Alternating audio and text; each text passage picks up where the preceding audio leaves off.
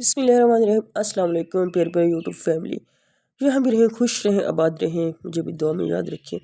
आज मुख्तलिफ़ किस्म की किचन टिप्स लेकर आप लोगों की खिदमत में हाज़िर हुई हूँ। तो चलते हैं टिप नंबर 1 की तरफ। आज प्याज जो होते हैं, अक्सर हम प्याज इतने ज़्यादा कड़वे होते हैं कि जैसे हम प्याज को काटते हैं हमारी आंखों में पानी आना शुरू हो जाता है।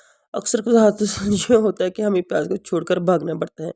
तो इसके साथ ऐसा क्या किया जाए कि प्याज जितनी भी कड़वी हों लेकिन काटने से हमारी आंखों में पानी ना आए। कड़वी प्याज की जो कड़वाहट को किस तरह से ख़त्म करना है, करना कुछ यूँ, जितनी प्याज आपने डेली इस्तेमाल करनी है अपने सालन में डालें, उतनी प्याज अपनी टोकरी में रख लेनी। उनको रख के आपने थोड़ी देर के लिए फ्रीज़र में रख दें, तब तक आप अपनी दूसरी सब्ज़ी वगैरह काट लें। और जैसे ही प्याज थोड़ी सी ठंडे हों तो इनको दोबारा से आप काट लें। तो आपको जो मसला है प्याज का कड़वाहट का, वो हल हो जाएगा, आंखों से कभी भी पानी नहीं आएगा। हाँ जी, नेक्स्ट टिप ये मेरी प्यारी प्यारी सी खूबसूरत सी बैंगन को लेकर है। हाँ जी, बैंगन अक्सर घरों में नापसंद किए जाते हैं और बहुत से घरों में बहुत से शौक से भी खाए जाते हैं। तो हमारे घर में बैंगन खाए जाते हैं, ख़वातीन हज़रात तो बहुत से शौक से खाते हैं, लेकिन मर्द जो है वो बैंगन इतने ज़्यादा पसंद नहीं करते। हाँ जी, ये भी मेरा मसला होता है कि बैंगन जैसे हम काटते जाते हैं फ़ौरन से काला होना शुरू हो जाते हैं। तो अक्सर सास बहू की इस बात पे लड़ाई भी हो जाती है कि बैंगन काले हो गए, काले बैंगनों का सालन पकाया, सालन काला हो गया, हांडी काली हुई, ये फलां-फलां। अच्छा, तो ये ख़वातीन अक्सर जब बैंगन काटती हैं तो अपने पास पानी का बाउल भर के रखती हैं, तो फ़ौरन उसके अंदर डाल दी जाती है ताकि बैंगन काले ना हो। लेकिन बैंगन फिर भी काले हो जाते हैं। आज इस तरह हाँ, जो मर्ज़ी कर ले बैंगन फिर भी काले हो जाते हैं। लेकिन आज आप लोगों को ऐसे टिप बताऊँगी कि बैंगन आपके कभी भी काले नहीं होंगे। इस तरह के हमेशा वाइट और सफ़ेद ही रहेंगे और जितनी देर मर्ज़ी आप हाँ, इसको रखें, लेकिन आपके बैंगन जो काले नहीं होंगे। हाँ जी, बाउल के अंदर हमने पानी डालकर इस तरह से बैंगन को काटते जाएँ। तो जितनी देर मर्ज़ी आपके बैंगन में गिरे, बेशक आप पूरी की पूरी सब्ज़ी बना लें, लेकिन आपके बैंगन जो है वो कभी भी काले नहीं होंगे। करना हमने कुछ यूँ है, पानी जितना भी आपने इसके बाउल के अंदर डाले हैं, जितने आप बैंगन को डिप कर सकते हैं। तो इसके अंदर हमने चंद कतरी डालने हैं इसके विनीगर के चंद कतरे डालकर हमने बैंगन को फिर काटना शुरू करना है। तो इस विनेगर डालने के बाद हमने ना सफ़ेद सिरका जो खाने में इस्तेमाल होता है, जो आपको दिखा देती हूँ, इसके चंद कतरे हमने इसके अंदर डालने हैं। तो इसके बाद आप जिससे मर्ज़ी बैंगन को काटते जाए, लेकिन आपके बैंगन जो है वो कभी भी काले नहीं हुए। और ये है बहुत ही ज़बरदस्त टिप है, इसको बेशक ज़रूर आज़माएँ। और अगर बैंगन काले हो जाए तो बेशक ज़रूर मुझे कमेंट करके बताएँ कि आपने जो टिप बताई थी वो सही थी या नहीं थी। ठीक है, इसको चंद करते इसके अंदर शामिल कर दें दीजिए। अब आपके बैंगन कभी भी ना ब्लैक नहीं, ये देखिए बैंगन काटते काटते काला हो रहा है, मतलब फ़ौरन से इसका ना कलर चेंज होना शुरू हो जाता है। जैसे हम अभी हम काट ही रहे होते, हमारे हाथ में बैंगन होता है, लेकिन इसका कलर ना चेंज होना शुरू हो जाता है। तो ये ऐसा कोई इशू नहीं, लेकिन बाज़ घरों में ये बड़ा इशू इस बात को बनाया जाता है, बैंगन को फ़ौरन पानी के अंदर डिप कर लिया, काट लिया जाए। अगर ये मसला है तो ये मसला आपका फ़ौरन से हल हो जाएगा। अगर आप बाउल के अंदर चंद कतरे सिरके के डाल देंगे तो आपके बैंगन कभी भी काले नहीं होंगे। तो ये इस टिप्स को लाभिज़ इसमें आज़माइएगा, तो आपकी जो टेंशन भी ख़त्म हो जाएगी और घर में जो परेशानी इसी वजह से बनती है वो भी आपकी ख़त्म हो जाएगी। हाँ जी, इसके साथ चलते हैं नेक्स्ट टिप की तरफ। नेक्स्ट टिप जो होता है वो तो हर घर का ही मसला है।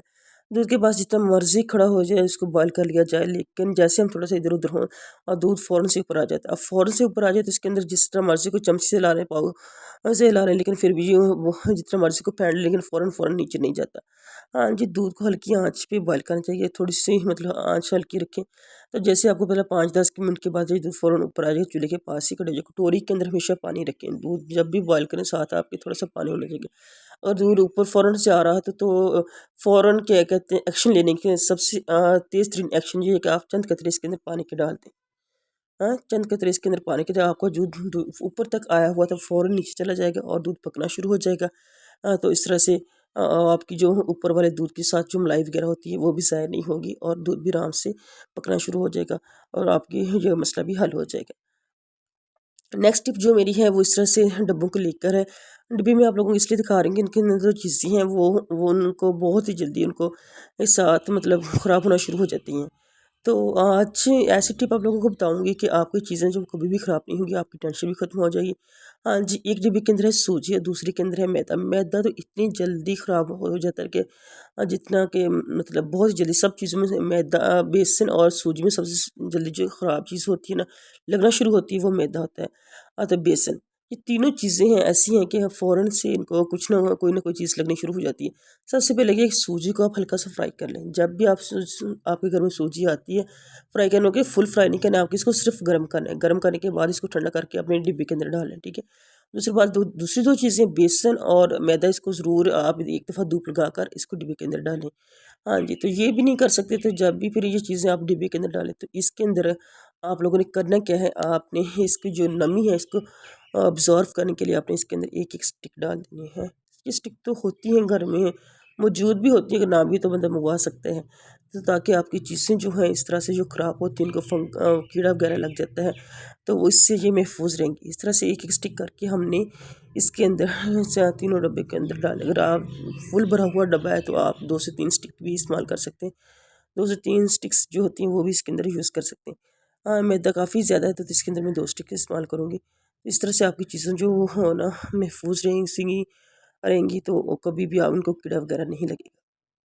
हाँ जी, इससे रिलेटेड मैं पहले भी टिप बता चुकी हूँ, बहुत ही ज़बरदस्त टिप। उसके साथ अब तो इसके साथ अब नई टिप ये मैं बता रही हूँ कि इन चीज़ों को धूप लगाएँ और सूजी को हल्का-सा फ्राई करें, साथ में इसके अंदर एक-एक स्टिक रखते जाएँ, तो आपकी चीज़ें कभी भी ख़राब नहीं होंगी, आपकी टेंशन हमेशा के लिए ख़त्म हो जाएगी। जितनी देर मर्ज़ी पड़ी रहें, 2 माह पड़ी रहें, इस्तेमाल नहीं होती पड़ी रहें, लेकिन आपकी चीज़ों को कभी भी इस तरह से कोई कीड़ा वगैरह नहीं लगेगा।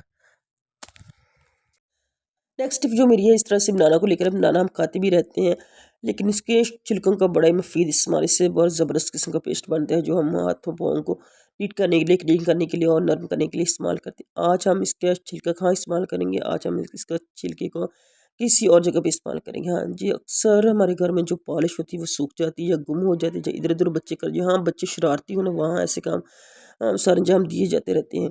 तो कभी टाइम पर कभी नहीं मिलती, तो कोयले तो आते रहते घर, जिस दिन आए हुए हों तो सारे घर के जितने भी स्कूल शूज़ हैं उनको पकड़ कर अच्छे से साफ़ कर लें और बनाना के छिलकों के साथ बाद में कोई भी रफ़ कपड़ा लेकर ऊपर को उसको अच्छे से साफ़ कर लें। हाँ जी, उससे पहले अगर आप इसके ऊपर एक चुटकी के बराबर आप मीठा सोडा डाल लें, उसके बाद इसको साफ़ करें तो फिर तो बहुत ही मैल कुचैल आपके शूज़ की सारी रफ़ी दूर हो जाएगी। शूज़ आपका ऐसे चमकेगा जैसे आपने अभी भी पॉलिश की हो। ये देखें, शूज़ बहुत अच्छे से साफ़ हो चुका है। तो इस तरह से छोटी-छोटी टिप्स होती है जो हमारी ज़िंदगी को बहुत ही ज़्यादा आसान कर देती हैं और हमारे पैसों की बहुत सी बचत हो जाती है और काम भी आ जाती है। इसके साथ मुझे दें इजाज़त।